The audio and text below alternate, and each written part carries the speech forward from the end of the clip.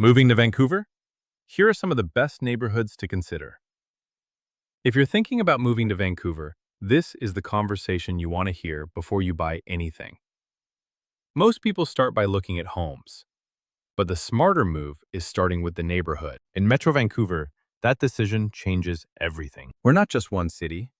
We're a collection of completely different lifestyles separated by water, bridges, SkyTrain lines, and even weather patterns. Two homes can be 15 minutes apart on the map and feel like they're in different worlds. So let me walk you through this the same way I guide my clients. First, you need to understand the big picture. Vancouver sits between Burrard Inlet and the Fraser River. That geography shapes how we live here. It influences commute times, microclimates, pricing, and even the personality of each area. Once you understand the layout, you stop guessing and start choosing strategically. I've been helping families navigate these decisions here in Metro Vancouver for over 20 years as a local realtor. And I can tell you, the biggest mistakes don't come from choosing the wrong house. They come from choosing the wrong lifestyle first. If you want energy and walkability, downtown living might be the right fit. Areas like Yaletown, Cole Harbour, the West End, and False Creek offer high-rise living, seawall access, cafes downstairs, and SkyTrain connectivity almost everywhere. You trade yard space for convenience, and for many people, that trade feels like freedom. If you love stepping outside and having everything within 5 minutes, this lifestyle feels effortless. If you want long-term stability and prestige, the West Side offers something different. Neighborhoods like Kitsilano, Point Grey, Dunbar, and Kerrisdale are known for tree-lined streets, beaches, strong schools, and established property values. The closer you move toward University of British Columbia or ocean views, the higher prices tend to climb. What you're really buying here is long-term consistency. If you're looking for character and community, East Vancouver often surprises people. Commercial Drive, Hastings Sunrise, and Renfrew Collingwood offer independent cafes, parks filled with families, and a strong neighborhood identity. Over the past 20 years, this part of the city has transformed steadily. Many people who move here say the same thing. It feels authentic and grounded. If you want value without sacrificing lifestyle, consider Burnaby. Metrotown offers density and direct access to the Expo line, while Burnaby Heights provides walkability, strong schools, and newer townhomes replacing older houses. Prices are generally more approachable than in Vancouver proper, and many families feel they can breathe a little easier here. If you want nature built into your daily routine, the North Shore stands out. North Vancouver and West Vancouver sit across the Lions Gate Bridge. Yes, bridge traffic is real. But so is immediate access to Grouse Mountain, Mount Seymour, and forest trails just minutes from home. The people who move here don't just visit nature, they live in it.